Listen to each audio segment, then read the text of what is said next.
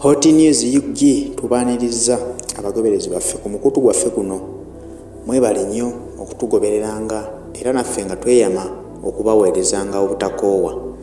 Lunaku olw'ejjo twalabyeko ow'ekitiibwa Muhammad Ssegirinya ng'agenzeeko mu muzikiti okumusabirako olw'embeera gy'ayiseemu ebbanga ly'amaze nga takyaliwo kuweereza abantu be. Ne bamusabirako olw'okunyigirizibwa kw'ayiseemu era ne bamukwasa Katonda amuyambe asomoke ebyo byonna ebikyaliwo mu kkubo lye. Ne bamusabira agende mu maaso n'okuweereza bannakawempe nga bwe yali atandise omulimu guno olubereberye. Era naye ne yeeyama nti tagenda kujja okwo, ajja gendanga mu maaso n'okuweereza abantu be abaamulonda. Era amangu ddala nga yakakyogera ekyo, olunaku olwaleero avuddeyo n'akakasa n'agamba tewali agenda mmuzikiza, teri agenda mulemesa genda mu maaso nakukolera bannakawempe nga bwe yali yeeyama. Yali yasuubiza abantu abatono, abantu abasuubuzi naddala abatunzi b'amanda, ab'emiddala gya capati, abakola obulimu obutonotono, abantu abamu bwe bajerega naye ate nga bwa daily income oba nti nga bwayingiriza buli lunaku.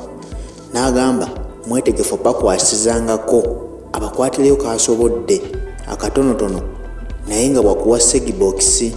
Segibokisi neeno ke kabokisi mwotereko ensimbi zo nti okola olunaku bw'okola omutwalo osobola okukozesa akakaaga okusinziira ku byetaago by'oba olina n'osevinga 10,000 ezo. Buli lunaku bw'osevinga 14,000 oluvannyuma lw'omwaka ebokisi eyo oba olinamu akasente ate akasobola okugeza bizinensi yo okuva ku levo gy'obaddeko okugenda ku levo endala. Kino nno kyali kiwadde bannakawempe essuubi n'essanyu kubanga leero mwe mwagutandiseeko. Naye ate bwe bamukwatira era okuva olwo bannakawempe ne basigala nga tebalinaako mwasirizi. Yali abakoledde eddwaliro erina abayambo bajjanjabanga ku busente obutonotono, oba oli awo n'abali mu mbeera eteesobola obajjanjabira ku bwereere. Byonna ebyo byasaanyizibwawo. Naye olwaleero avuddeyo n'agamba agenda kuddamu enkola ze ze yali atandise era segibokisi zino yamaze ddo zikozesa. N'agamba okutandika nga yakava mu Easter buli lunaku olwokubiri ndowooza agenda kutandika okuddamu zigabira abantu n'obbawayo akasente ak'entandikwa era n'eddwaliro lye nti agenda kulwana liddewo lisobole okuyamba abanaku abo eryali lirina okuyamba, kubanga amalwaliro agaliwo ensangi zino si buli muntu nti agasobola. Agaliwo gali expensive ate aga gavumenti getwandigambye nti nno ge g'obwereere nago munnange eby'obwereere byaggwayo. Kati ogenda e Mulago olina okuba nga weesobola ng'olinamu ku nsimbi okusobola okufuna ku bujjanjabi. So bw'ogendayo nga tolina wadde 10 nga bwe balowoozanga nti Mulago wa bwereere era ovaayo nga toyambiddwa. Ne twebalira nga twebaza omukulu ono Ssegirinya nti bwe bamusabiddeko osanga Mukama n'amutambulirako era n'asobola okuggusa obulungi menshoni ze nga bwe yali asuubira okukikola olubereberye. Ate bwe tugendako e Makindye East ew'omubaka Ssewanyana Allan ono era naye yavuddeyo n'agamba mu nkola y'emu naye agenda mu maaso n'okutambuza emirimu gye gye yali ateeseteese okukolera ab'e Makindye. N'agamba teri agenda mumutiisatiisa kumulemesa kukola mirimu gye. Naye lwakuba nti ate twawulidde ku bigambo bye yayogeddeko olunaku olw'ejjo ng'alinga agireegereramu ate ekibiina kya NUP weewaawo ng'ate si kye kyamuwaayo nti oba bamukwate. Naye yagambye kwogera kwe yagambye ebyobufuzi bibalimu bazanya byabufuzi naye tebagenda mulemesa kukola ekyo kye yali ateekeddwa kukola. N'agamba NUP bamulemeddeko bakyebuuza engeri gye yateebwamu mbu yali tematiza. Ffenna tujjukira bulungi nti olunaku lwe baabata olwava mu kkooti baali balina okusooka okusayininga ku mpapula ezikkiriza okuta abasibe era abaatwalayo empapula ezo bazitwala ku prizoni gye baali basibiddwa ekigo baali bannamateeka baabwe nga kitegeeza nti balina ozitwala ku prizoni ezisayiningeko eryoka eta abasibe abo. Kyokka ekyewuunyisa bannamateeka kwe kutuusa empapula zino ne bagambibwa nti ate abasibe bemuleetedde empapula zino tuzisayininge baatuusiddwa dda mu maka g'abakadde baabwe buli omu gye yateereddwa.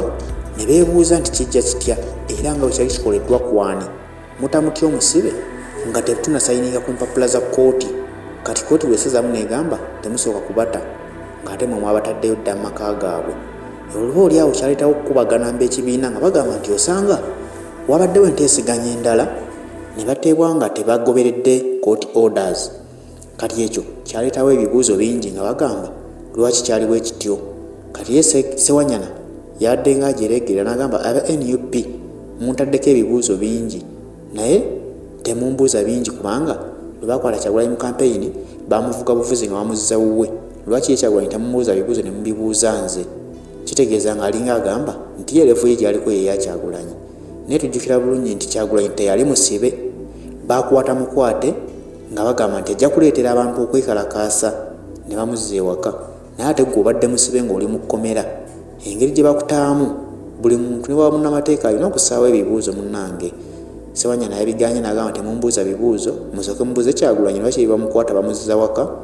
Bo baba n'eddembe lyabwe, ffe tubadde mu kkomera tebatulumirirwa nti NUP badde tebalumirirwa nga bali mu kkomera. N'agamba era ebyo byonna NUP bye boogera bya bwereere. Ye yalondebwa abantu b'e Makindye be balina obuvunaanyizibwa obumubuuza era mwetegefu agenda bakolera enguudo zonna okutuuka mu kalulu akajja agenda kuba amaze okukola enguudo z'e Makindye zonna nga ziri ku levo eyo eziteekeddwa okubeerako. Naye ekibuuzo ekiriwo nti bwe kubanga kuno si kulimba bantu b'e Makindye siwakanya bintu bya mubaka ono wabula neebuuza bwebuuza nti bwe kubanga si kulimba bantu b'e Makindye nti ogenda kukola enguudo zonna ku musala gw'ofuna naawe wennyini olina obuvunaanyizibwa obwo ng'omuntu n'omusala gw'ofuna tegumala kukola nguudo z'e Makindye zonna. Either okuba nti obalimba ng'oyagalira bakulonde bakuzzeeyo mu palamenti oba okubanga waliwo omukono omulala ogugenda okuteekamu ssente ezo otuukirize ebiruubirirwa byebyo era abantu basobole okukuzza mu palamenti. Naye ate nga kyewakoze okulumba ekibiina kya NUP wakoze kibi munnange kubanga NUP si ye yakusibisa.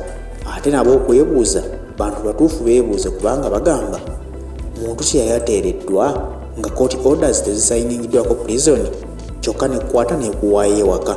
Kati nomunaye yembeera eriwo ku babaka baffe abo. Naye tubasabire bongere okutwala mu maaso buli omu obuvunaanyizibwa bwe yali yeeyamye. Kirungi okukolera abantu bo era buli omu kyayagala. Tubaagaliza ebirungi, tubaagaliza okukolera abantu bammwe ebirungi. Naye nga munnange NUP muginenye kitono batuufu beebuuze kubanga NUP erina bannamateeka era nammwe mwalondebwa ku kaadi za NUP. Batuufu okwebuuza kubanga babuuza nga babuuza bannakibiina baabwe bateereddwa mu ngeri ki etaliiko kusooka kusayininga mpapula. Byebyo nno bimbafunidde olwaleero. Mweyongere okutugoberera ku Hot News UG. Bingi tukyabaleetera. Ffe tukuleetera ebintu ng'ebyo ne tukutera mu ddiiro. Naawe n'osengejja ne wejjiramu ky'olaba ekituufu n'ekikyamu.